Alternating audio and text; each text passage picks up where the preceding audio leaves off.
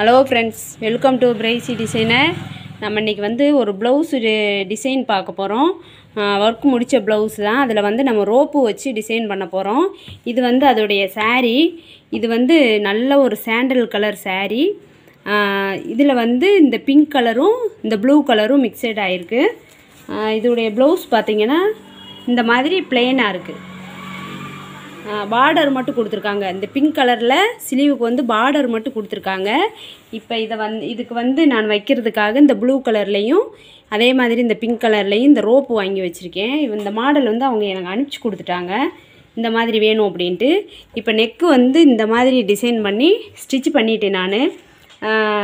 இந்த மாடலுக்கெல்லாம் வந்து கண்டிப்பாக நம்ம கேன்வாஸ் தான் வைக்கணும். கேன்வாஸ் வச்சு தான் ஸ்டிச் பண்ணணும். கேன்வாஸ் வச்சு இப்போ இதில் எல்லா வேலையுமே முடிச்சிட்டேன் நான். இப்போ இதை எப்படி டிசைன் பண்ணுறதுன்னு பார்க்கலாம். இப்போது இந்த ப்ளூ கலர் வந்து இப்போ வேண்டியதில்லை. இந்த லேஸை வந்து இந்த பாயிண்டில் வச்சுட்டு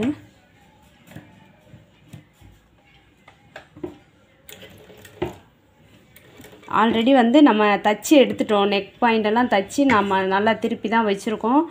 அந்த தையலுக்கு மேலேயே வந்து தையலை மட்டும் நல்லா பொடியாக வச்சுட்டு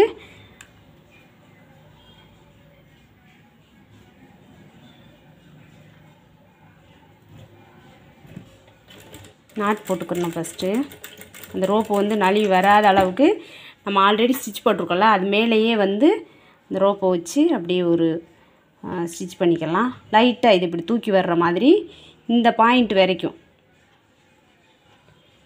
இந்த இருக்குல்ல இங்கே வர்ற மாதிரி இந்த இடத்துல வந்து நம்ம இப்போ இந்த ரோப்பை வந்து இது வரைக்கும் நம்ம வந்து இந்த டிசைனுக்காக தேவைப்படுது. இதை கொஞ்சம் ஒரு நூலோட விட்டு இவ்வளவுக்கு வச்சு இப்போ கட் பண்ணலாம். கட் பண்ணிவிட்டு லைட்டாக இது வந்து இப்படி தூக்கி வர்ற மாதிரி இப்போ என்ன பண்ணுறோம், இதை வந்து இப்போ இங்கே ஸ்டிச் பண்ணலை. இப்போ இந்த பாயிண்டை வந்து இந்த இடத்துல வந்து இந்த ரோப்பை வச்சிட்டோம். இதோடைய மேல் பாயிண்டில், அதாவது ஒரு பாயிண்டிலேருந்து ஒரு பாயிண்ட் மாற்றி மாற்றி வர்ற மாதிரி இந்த மாதிரி வரும். இப்போ என் கைக்கிட்ட பாருங்கள், ரோப்பு இந்த மாதிரி இருக்கா, இந்த ஷேப்புக்கு தான் வரும். அந்த நமக்கு எந்த இடத்துல தேவையோ அந்த இடத்துல வந்து ஃபஸ்ட்டில் ஒரு சாக் பீஸ் வச்சு மார்க் பண்ணோன்னா மார்க் பண்ணிக்கோங்க. கரெக்டாக அந்த ரோப்பு வர்ற பாயிண்டில் நாட் போட்டுக்கோங்க. ஆல்ரெடி நம்ம தச்சுருக்கோம்ல, அந்த தச்சுருக்கிறது மேலேயே வந்து தையல் வர்ற மாதிரி பார்த்துக்கோங்க. இதில் வந்து கண்டிப்பாக நமக்கு இந்த ரோப்பு வந்து வெளியில் தெரிய தான் செய்யும். பிசுறு வந்து உள்பக்கம் தெரிய தான் செய்யும். இதுக்கு அடுத்தது வந்து இந்த இடத்துக்கு வந்துடணும். இப்போ இந்த ரோப்பு மேலே இருக்குது, இது வந்து 3வது பாயிண்ட்டு, இங்கே வந்துடணும் ரோப்பு. இது எவ்வளோ தேவைன்னு பார்த்துட்டு கொஞ்சம் லைட்டாக பிசுறு விட்டு கட் பண்ணிக்கலாம். கட் பண்ணிவிட்டு இதை இப்படியே விட்டுட்டு இதுக்கு மேல் பாயிண்டில் இந்த பாயிண்டிலேருந்து எடுத்துக்கிடுவோம். அடுத்ததுக்கு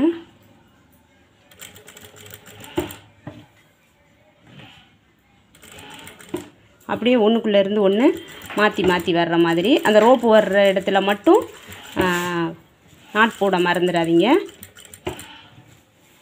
இப்போது இந்த இடத்துல கட் பண்ணி விட்ருக்கோம்ல, இதை ஏற்றி இந்த மார்க் பண்ணியிருக்கிற இடத்துல இப்படி வச்சுக்கலாம்.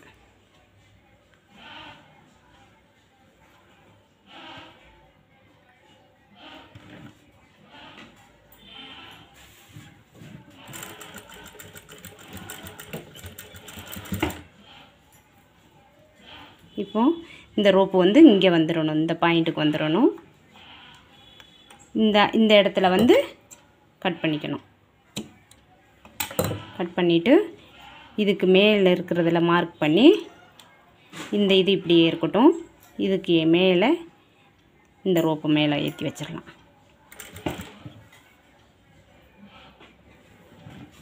அந்த லூஸ் கொடுக்கறது மட்டும் ஒன்று போல் வர்ற மாதிரி அந்த எல்லா பாயிண்ட்லேயும் ஒன்று போல் லூஸாக இருக்கிற மாதிரி வச்சுக்கோங்க. ஏற்றி இறக்கி இல்லாமல் நல்லா டைட்டாக நாட் போட்டுருங்க.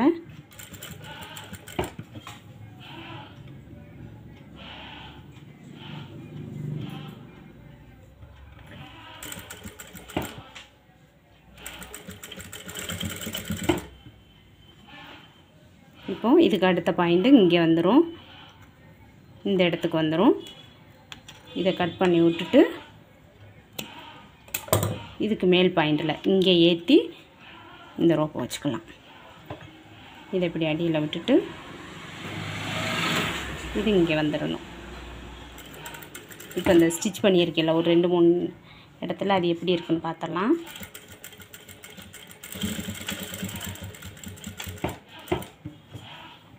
இந்த மாதிரி, அதாவது இந்த கேப்பில் வந்து இது ஒரு லூப்பு மாதிரி வர்ற மாதிரி, இந்த லேஸ் வந்து அப்படியே ஒரு லூப்பாக வர்ற மாதிரி இருக்கும்.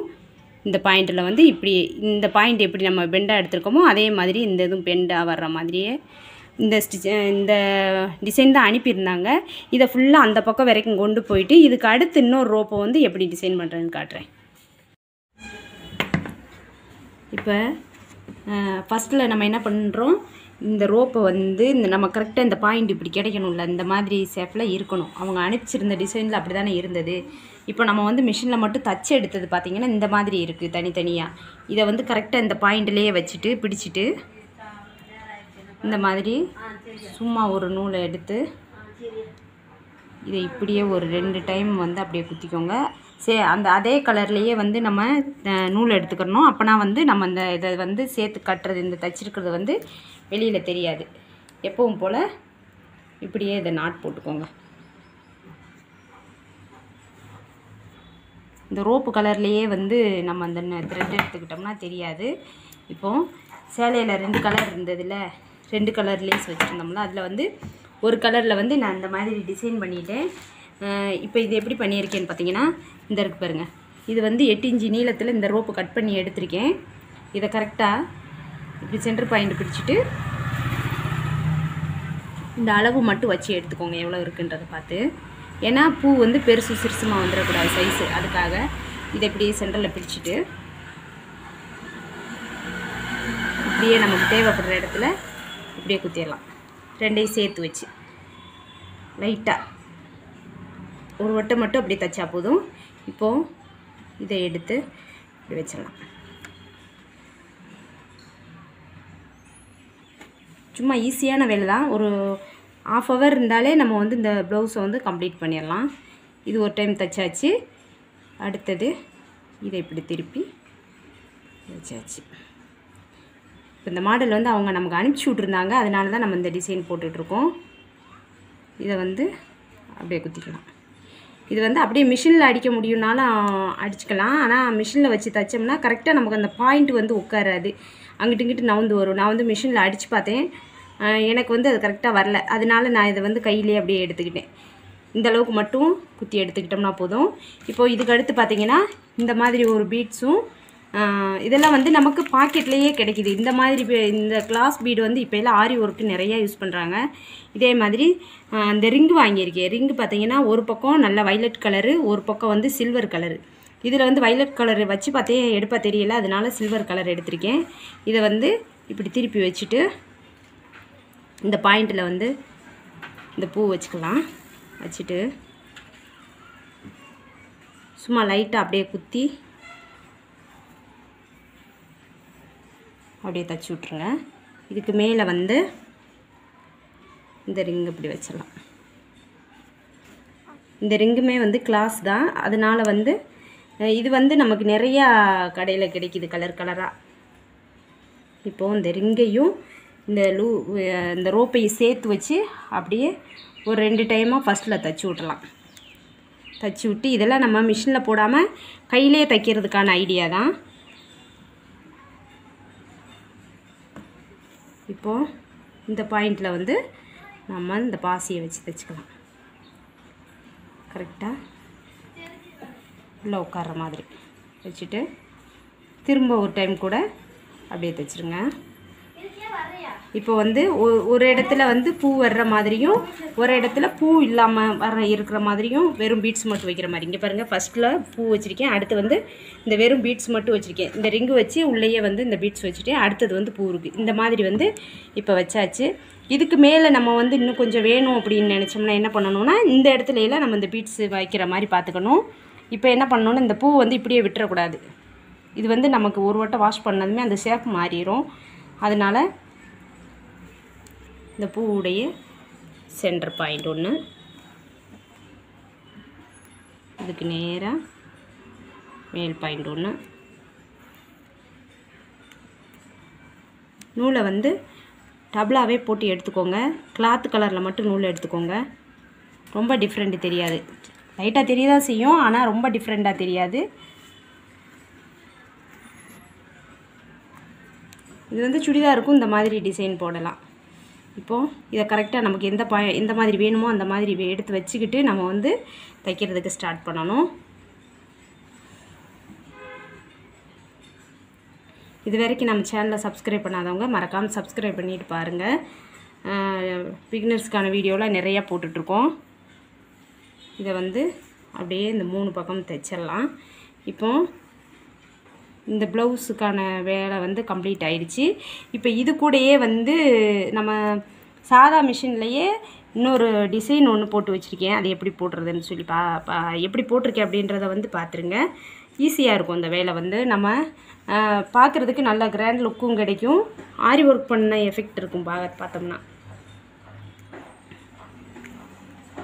இந்த இருக்கு பாருங்க. இப்போ வந்து இது ரெடி ஆகிடுச்சு. இந்த பூ ரெடி ஆகிடுச்சு. இதை திருப்பிட்டு இப்படி இழுத்து விட்டு இப்படி நாட் போட்டோம்னா அப்படியே நின்றுக்கிறோம். லைட்டாக விட்டுட்டு அப்படி எடுத்து விட்டலாம். இவ்வளோ தான். இப்போ இதுக்கான வேலை வந்து ரொம்ப குயிக்காக முடிஞ்சது. இனி வந்து இதோடைய ஃப்ரெண்டு இது பார்த்திங்கன்னா ஃப்ரெண்டுலேயுமே இந்த ஒன் சைடு நம்ம ஆரி ஒர்க் போட்டோம்னா இந்த ஒன் சைடு போடுவோம்ல, அதே மாதிரி இந்த ஒன் சைடு போட்டு வச்சுருக்கேன். இது வந்து நமக்கு ஃப்ரெண்டு பகுதியில் இந்த மாதிரி வரும்போது இப்படி தைச்சிருவோம். இப்படி இருக்கும்போது இது இந்த ஒரு பூ மட்டும் ஒன் சைடாக வரும். பார்க்க அழகாக இருக்கும். இப்போது இன்னொரு ப்ளவுஸ் பார்த்திங்கன்னா இது வந்து சும்மா பிளெயினாக தான் இருந்தது. இதே கலர் தான் இதோடைய சாரீ. இந்த காப்பர் கலர் இந்த பார்டர் மட்டும் வந்திருக்கு. இதில் என்ன பண்ணுறதுன்னு தெரியல. பார்க்குறது கொஞ்சம் லுக்காக வேணும், ஆனால் ஸ்டோன் வேண்டாம் அப்படின்னு சொன்னாங்க. இப்போ என்ன ஐடியா பண்ணியிருக்கேன்னா, நம்ம ஆரி ஒர்க் பண்ணுற அந்த சில்க் த்ரெட் இருக்குல்ல, அந்த த்ரெட்டை வந்து 3 த்ரெட்டு ஒரே கலரில் எடுத்துட்டேன். இதை வந்து ஃபுல்லாகவே நான் வந்து இதுக்கு முன்னாடியே வந்து நம்ம சேனலில் நார்மல் மிஷினில் 5 கலரு த்ரெட்டு போட்டு எப்படி தைக்கிறதுன்னு சொல்லி வீடியோ போட்டிருக்கேன்.